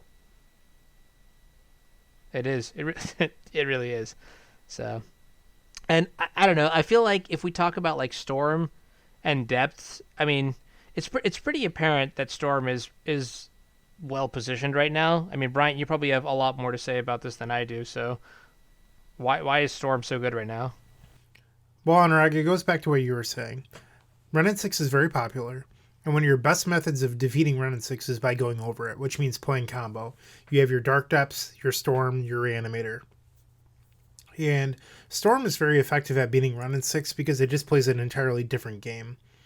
Depths interacts with Renin 6 due to Wasteland, but still, if you're making a 2020 on turn 2, who cares about Ren? And when you get this sort of weird triangle between a 2020 Tendrils of Agony and Renin 6, Storm is going to beat the 2020 a majority of these games, somewhere between 65 and 70%. And you don't really want to be playing depths if you're going to be running into Tendrils combo. Reanimator is kind of the odd one out at the moment. It's certainly a powerful deck, but right now it's just not in that triangle. And the Renin 6 decks can sometimes defeat Storm, but sometimes aren't. So I think that the Renin 6 decks are often slightly unfavored against Storm, which really puts Storm in a great spot. I know that Daniel D'Amato did well, Cyrus Corman and Gill won GP Atlanta. I've actually top 8'd the last 4 events I've played in, between a Legacy Challenge, Leaving a Legacy, there's 2 others, PTQ, and something else. But Tundras of Agony is just super good right now, and people don't respect Storm enough. It was a Twitter conversation I was having with Harlan Freer. I don't know how to say Harlan's last name. Sorry, Harlan. I know that he listens to our podcast. Right now, Tendrils, like, people don't prepare for it like they should. So people are building their sideboards for event, and they're like, what are the odds I face Storm? There's like 10 good Storm players in a room of 1,000. And they just don't respect Storm. They're like, what are the odds I face one of these 10 people? Or 5 people, or whatever the percentage is. Because Storm is usually, in paper, such a small amount. It's like 2% of the field. Are you really going to respect that 2% of the field deck? I don't know. What do you guys think? Like, is it worth preparing for in paper? I know Storm Online has a much higher percentage, so that's a little bit definitely always keep Storm in mind, but again, the deck that I happen to play happens to be a very good matchup against Storm, so I tend to worry about the other factors like the Rug Delvers of the world. I actually think for me it's just weird. I have this unnatural tendency to have cards in my sideboard for Storm, despite that probabilistically, like, I won't run into it. But I don't know, it just feels like, agnostic of like if I run into Storm or not, right? Storm is just, or Ad Nauseam Tendrils very specifically, is so resilient. Like, this is gonna sound weird, but when I play against Storm, I don't visualize it as a control versus combo matchup. I visualize it as a control versus control matchup where my opponent is using hand disruption and, now I guess cards like Veil of Summer and things like that to sort of like, swerve and dodge and sculpt a winning game plan, or how they can like fight through multiple counter spells. And I'm doing the exact opposite, where I'm just like, all right, well, if they do this, then I have to have this sort of I have to be prepared for this route or that route, or that sort of thing. So even when I do respect Storm, the matchups are tough, and I think I like to design a deck that can have a good chance against everything in the room. And Storm is one of those decks that's just like, it approaches games from such a unique angle that, like, I do understand, like, you can say, like I won't play my Flusterstorms. Instead, I'll play Spell Pierce because I don't think I need Flusterstorm for Storm because I won't play it. But are you really going to risk your entire tournament on like the matchup lottery? Maybe it's statistically like correct to do so. That's kind of weird. That's actually a really interesting thought now that I think about it. But from like I guess Magic Online perspective, I run into Storm so often that like I'm sort of conditioned into just having a list that has at least some cards in the sideboard for the matchup. It's kind of cool just to see how the decks that are succeeding are basically like they're supporting the general sentiment that Ren and 6 is pretty powerful, that Ren and 6 sucks, and in doing so, there are strategies that just try to invalidate that card very, very specifically to the point where, you know, these Rug Delver decks that like leverage Ren and 6 so heavily, you know, they lose percentage points by relying on this card because all these other decks are exploiting that. One thing I'll say is if we could please have a moment of silence and pour one out for the homie Plains, nowhere to be seen. Which I think is super unfortunate because I think decks like Blue-White Stoneblade and D&T are great for the format. So the fact that those are almost non-existent at this point is super disheartening. And when Death and Taxes, this is coming from the guy who plays humans, but when Death and Taxes is one of the best decks in the format, I think it's a great format. And the fact that it's, you know, off to oblivion right now is a bummer, and I hope that changes sometime soon. All right, so we have a third section, and it's a little bit different.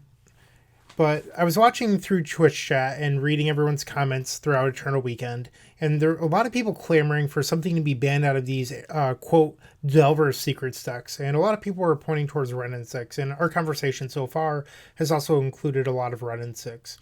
But I've been talking to some people, and there's been a few other interesting ideas, like, what if Delver of Secrets was banned? Would Delver deck, or would Tempo decks still exist? What cards could possibly replace Delver Secrets in Tempo decks if they were still viable? Would bigger blue decks become the norm? Something like 4-color Control or Stoneblade?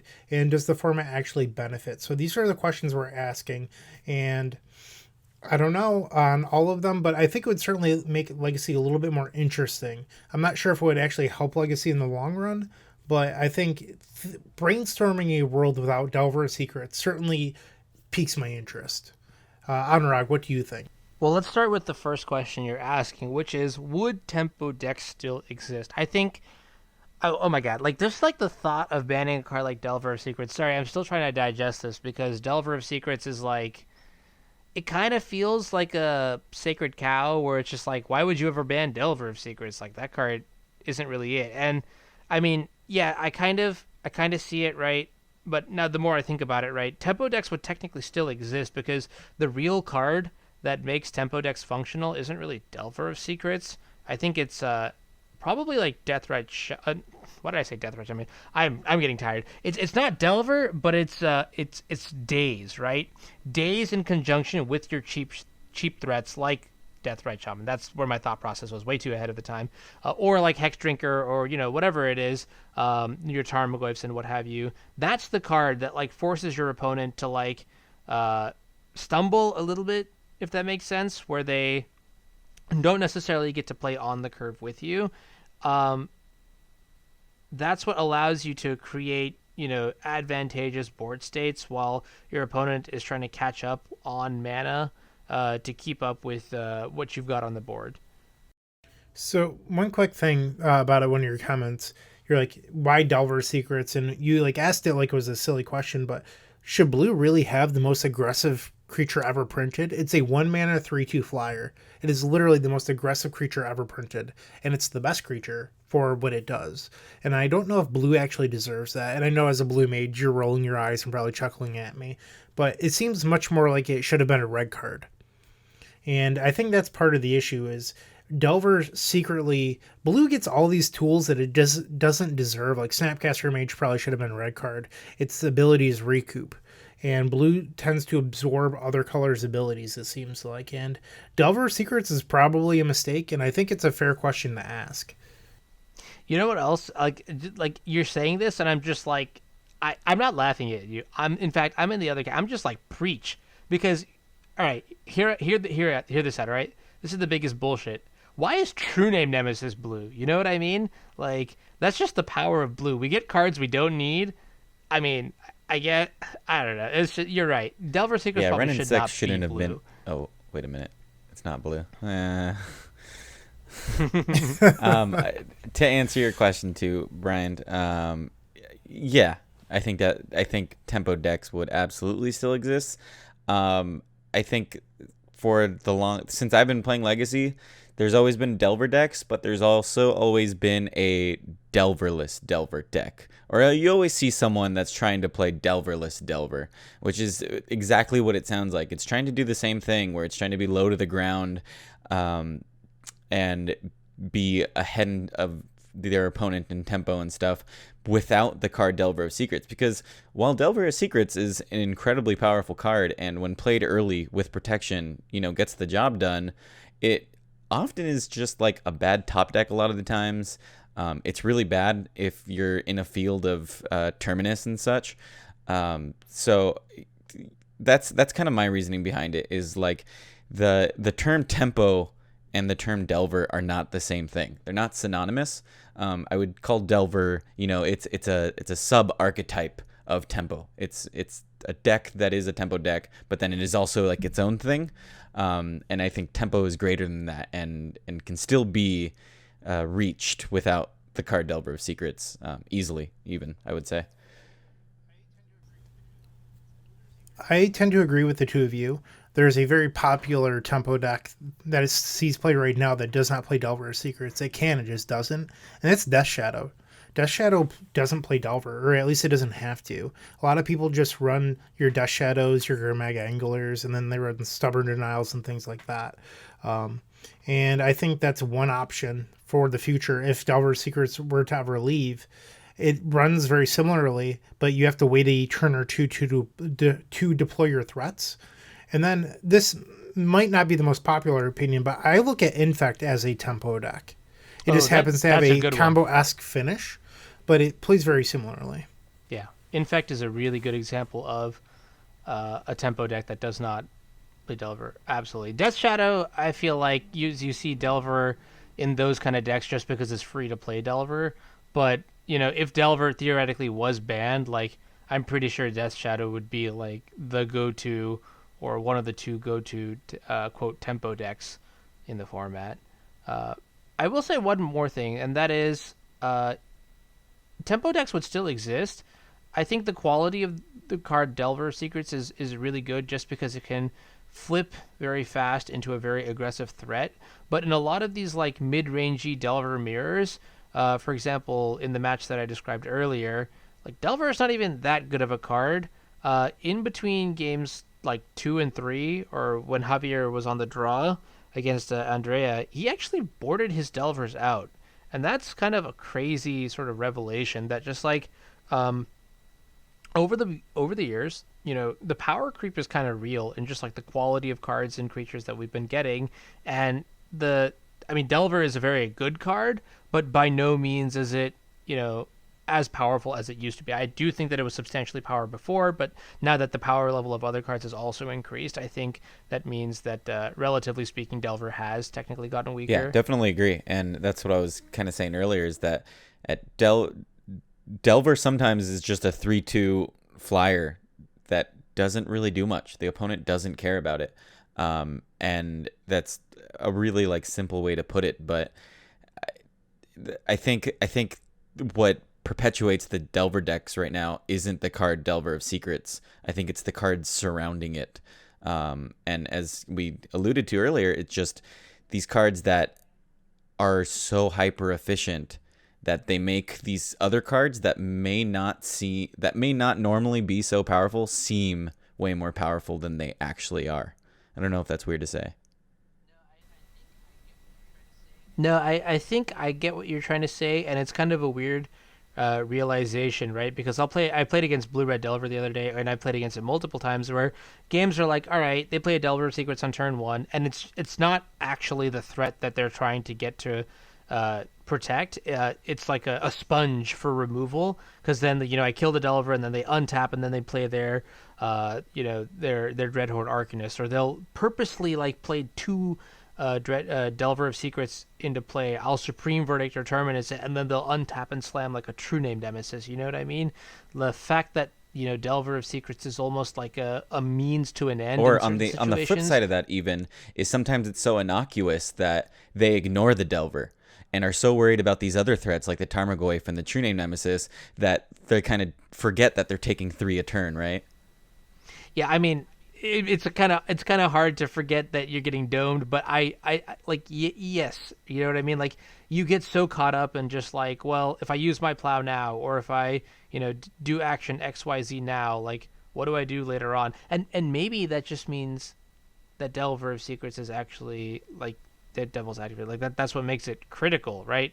Let's say we replace Delver of Secrets with another threat that we can actually literally ignore because it let's talk about this. Let's talk about like what other threats could reasonably replace Delver of Secrets, and when we make these comparisons, like keep in mind that this is a 3/2 that has flying, like an evasive damage dealer that I don't know, like it only needs to get a couple hits in before the rest of the deck can actually like end the game. So what are some other cards that would be played instead of Delver of Secrets? We mentioned Death's Shadow, and then we mentioned, I guess, like I'll say like Glistener Elf kind of thing in the context of Infect, but whatever. So I actually have some answers outlined. Monastery Swiftspear would be a very obvious one. Blue-Red Delver is already playing it, but perhaps they could become more Swiftspear oriented. So you could also run Soulscar Mage or even Goblin Guide, because the burn deck doesn't care about if your opponent's getting an extra land as long as they're killing you. And I'm calling Blue-Red Delver a burn deck, but these are for the variants that are more burn-oriented. If you're running the Dreadhorde Arcanist-based list, I wouldn't recommend something like Goblin Guide or Soulscar Mage. Then you have Hex Drinker. It's already seeing a lot of play. It's a very aggressive creature that gets bigger, much like Delver of Secrets. I actually think that Hex Drinker stock would go up pretty heavily. We've already talked about how we think it's great. I think it would be even better without Delver of Secrets. Terramander, I think it had its day in the sun. If Delver of Secrets was banned, I don't think Terramander would step in. I know it can be a pseudo Tombstalker. I just don't think it's good enough personally. Nibble Mongoose, I'm not sure. I think Hex Drinker might have taken its spot in today's era. Yeah, Nimble Mongoose has not aged well against all the other Gurmag Anglers and like Hooting Mandrills and like just like even Eldrazi. Like I'm sorry, Nimble Mongoose. Actually, I'm not. No, I don't like that card at all. And then the last one's kind of a throwback to when I was much younger and thinner. Wild in the Cattle. There used to be a 4-color blue zoo deck. This was during the Mental Misstep era. And Wild in the Cattle was one of the all-stars of that deck. You ran it with Delver Secrets, and you just had multiple 1-mana 3/3s or 3/2s that you could drop into play and smash. And it's not out of the question that you just run a 4-color Delver-style deck with a new 3/3, because you're already playing, most of these colors. You just have to play white for your 4th instead of black. Okay, hear me out. I have a crazy argument. You ready? Noble Hierarch. How do you feel about that? My ears just perked up through the ceiling. Nice. So here's my argument. I think tempo can come in other shapes and forms, and I think Noble Hierarch is like, you had me thinking when you said like Infect. You remember the deck that Reed Duke played that he won the Grand True Prix Name with, deck, like where the Noble just Bug 4 deck? True Names, Noble Hierarchs, Deathrite Shamans, crank it out on turn 2. Yeah, and he also had Daze in his deck as well, right? So like he was really just focused on getting like a really powerful 3-drop into play, and then just like using cheap counters to control his opponent. I don't know. I just feel like tempo is not necessarily just getting like a big clock into play on turn 1, but it could also be, there are like different types of like advantages you can qualify as tempo. For example, like mana advantages through Noble Hierarch. I mean, I guess that's what Daze is too, right? It is technically a mana advantage. Yeah, I would define tempo as mana advantage, and Delver does it on a different way where it's casting free spells versus what you're talking about. Noble Hierarch, you're just casting spells faster. So, Eddie, would you consider drawing cards to be tempo? No, not necessarily. All right, now we can kick him out of this call. Yeah, okay.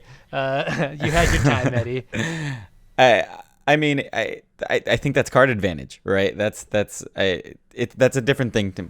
It's a reference to an old Honorog See, meme. I'm not apologies. educated. I'm not educated.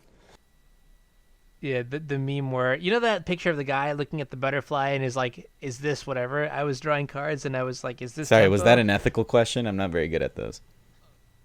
Oh goodness. But yeah, no, I think Noble Hierarch is another card that we could see in these sort of decks, and obviously that just means like that the Delver decks would grow up. They'd get a little bit bigger. You know, they wouldn't be traditional Delver. I mean, so many things probably change. Well, this actually goes very well with the next question that I asked, which was how much larger would blue decks become? Does 4-color become the norm? In a world without Delver that still has Wrenn and 6. Stoneblade. You mentioned Noble Hierarch ramping into 3-drops like True Name or Leovold. Like, how much bigger does blue get? Which kind of made me ask a secondary question, which was, if there's no Delver secrets, do these 4-color control decks and, you know, other mid-rangey blue decks, are they still so good that miracles can't come back? Yeah, I think very specifically regarding the Miracles question, the real answer is that Miracles is going to be a good deck when Swords to Plowshares and Terminus are very good cards. And right now, I think they're only okay. Oh, and also Counterbalance, when Counterbalance is a good card. Right now, they're only okay. When they do become better, I'll let you know. I think on average, the converted mana costs of the deck list are naturally going to go higher. But a lot of them are still going to be playing some of the, like, mainstay creatures we already see in Tarmogoyf, True Name, young Pyromancer, and such. So, yes, technically, I think they'll be getting a little bigger. And maybe not. Maybe they'll print another 1-drop. Maybe someone will find a 1-drop that can fill that slot. But again, I kind of go back to that Delverless Delver concept I was talking about, where you can do the same thing in very similar fashions and just kind of rip that card out, replace it with 4 different ones. Yeah, maybe that's really interesting though, right? Because like you could make this weird argument that like the creatures have gotten so good in Legacy lately, the bar has been set so high that like maybe Delver is really the only playable 1-drop because you know, a card like Noble Hierarch or most of these 1-drops, right? Don't they just like eat it to like Wrenn and 6 and things like that? I mean, I guess Wild Nacatl was kind of a cool one because that gets big really fast as well.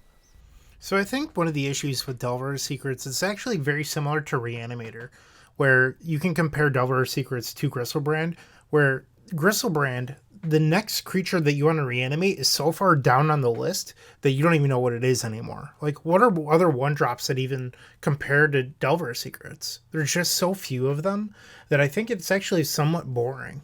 And it would be a little bit more interesting if that wasn't the case. And I'm not saying that this is a reason to ban Delver Secrets or Gristlebrand, even though I'd be very happy if Gristlebrand left the format. But it's not interesting with something so much better than everything else that it's not even a question anymore. Yeah. That's a really good point. I think diversity is something that we could definitely... I'm not saying like it's necessary, but maybe in our fight for options, we make a decision that like banning Delver that, you know, lets us suddenly play more cards. I don't know. When was the last time you thought about Wild Nacatl?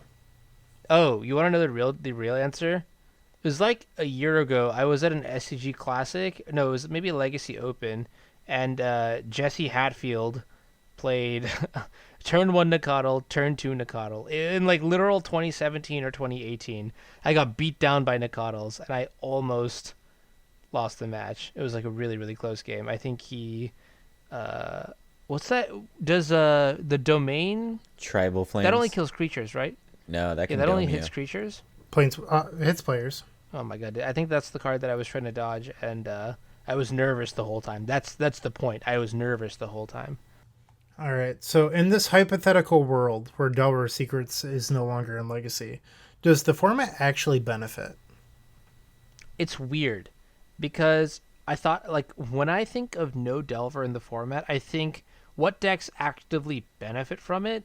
And I kind of feel like it's not going to be your control swords to plowshares your control swords to plowshares decks as much as it's going to be your just like derpy, like put a Gristlebrand or Emrakul into play kind of deck. So basically I'm trying to say I feel like combo is the real winner in this, and it's not the whoever's losing these Ren and Six Mirrors in the current legacy subset. Yeah, I games. agree. I will agree with you. No, Sorry, no, go no. ahead, Eddie. I was just saying I agree. I mean, Delver, as much as I hate to admit it, is kind of the police of the format in that it's kind of able to keep those degenerate decks at bay, even though like Ant would be considered a bad matchup for it. It's able to do exactly what a deck needs to do to beat those fast combo decks, and that's kill them while you're disrupting them. And I think that's actually really valuable for the format. And a lot of people forget that Ant isn't the only combo deck in the format. There's also this really good-looking combo deck, the Epic Storm. But realistically, there's Reanimator and Show and Tell and decks like that. And Delver tends to be very good against Reanimator and Show and Tell. So there's always that. Yeah. I don't know if that's actually considered a benefit though. I feel like it's just like different, right? Like it's still like shifting. And like Brian, in the show notes, you've got a pretty good point here, which is basically just saying like in Legacy, like people are gonna like optimize decks to the point where some deck will stand up above the rest, or be very, very good. I mean, maybe there's a period of time where you have like dead even, but it'll be like 2 or 3 decks or whatever. You know what I mean?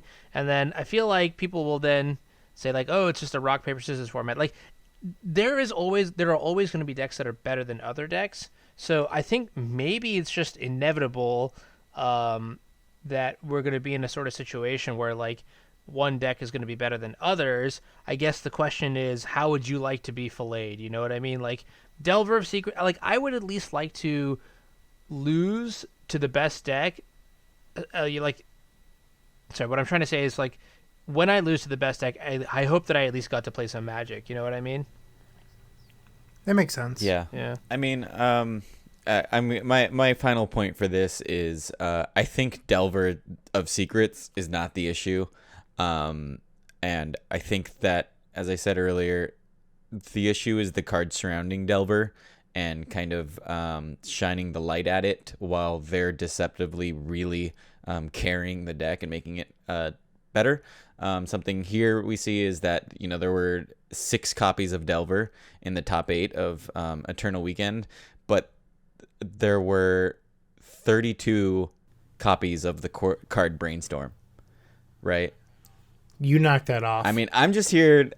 We don't talk about that. I'm just here saying numbers, and it's just one of those things where everyone always wants to jump to the next thing. And I'm not saying ban Brainstorm, but why is that always overlooked to the second option, to the third option, when the card is so much more really what's making things happen. Hey, Phil, feel free to edit Eddie out. We're not going to allow this on the show. But the truth is that none of this Thalia's epic spy business on our cast. No, thank you. If you play this podcast backwards, it says humans is the best. The truth is that Brainstorm's a pillar of the format, much like people say that Vintage has Mishra's Workshop. Wizards has already gone out and said that, hey, Brainstorm is something that we see Legacy as. It's the format you can cast this card. Realistically, if they were going to ban Brainstorm, they would have done it 7 years ago when it was in like 72% of winning decks. That number's gone down regularly over the last 5 or 6 years. But I agree with you.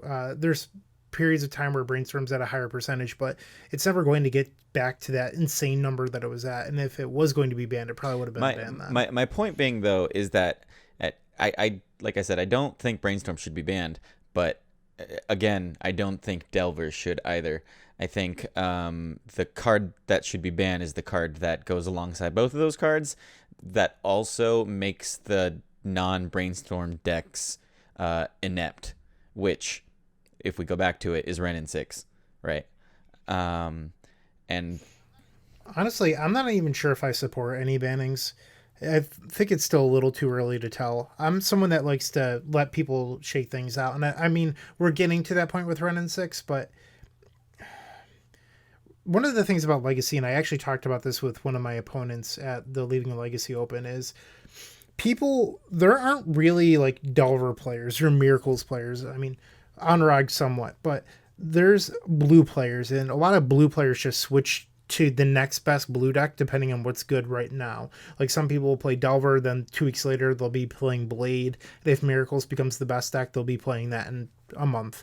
They just love their Cantrip Cartel and they love their Force of Wills, so they're going to swap. And you can ban Ren and 6, and then they're just going to go back to playing Blade with Narsets or Miracles with Narsets or something like that. And there's still going to be some blue deck that seems oppressive at the top. It's really just the numbers shifting somewhere else. And that's part of the issue, is that Ren and 6 is good, but it's really just because enough people have shifted to playing this deck because we're all convinced it's the best thing. And it is good, but is it really bannable? And I'm not convinced it is at the moment. Yeah, that's interesting. I don't know. I think differently. I would be very glad to see Ren and 6 go. It just feels like right now, like Delver is the kind of deck, like tempo decks, it just feels like, and I'm going to quote one of our listeners, Goblin Lackey 1. We had a conversation about this, and he said that Delver is supposed to be the police of the unfair, but right now it just feels like Delver is gatekeeping the fair decks. And that's when I think we need to maybe look a little closer at this and really evaluate whether or not everything is actually fine. It's probably a good point to end on. Eddie, thank you for joining us. You are our favorite replacement Wilson. You have a little bit too much hair, but we still appreciate you. I was going to say, I kind of like the hair. All right, guys, thanks so much for listening. Yeah, Eddie, thanks for joining us. I always love coming on. And Wilson, I love you. I miss you. And thanks for everyone for listening. We'll catch you again in